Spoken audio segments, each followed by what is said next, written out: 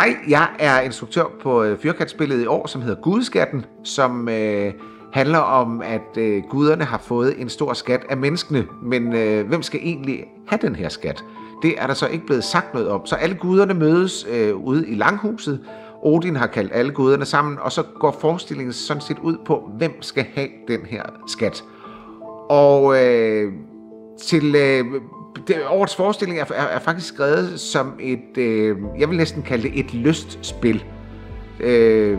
Nogle gange så kan alle de her vikingehistorier godt blive sådan lidt tunge i det og sådan noget. Og i år har man så valgt at lave en forestilling, som måske er lidt mere let i det, også i sproget og i persongalleriet og selve handlingen. Så der er dejlig fart over feltet, og man bliver glad i låget af at se den her forestilling, fordi der er mange ting, som relaterer til 2024 faktisk.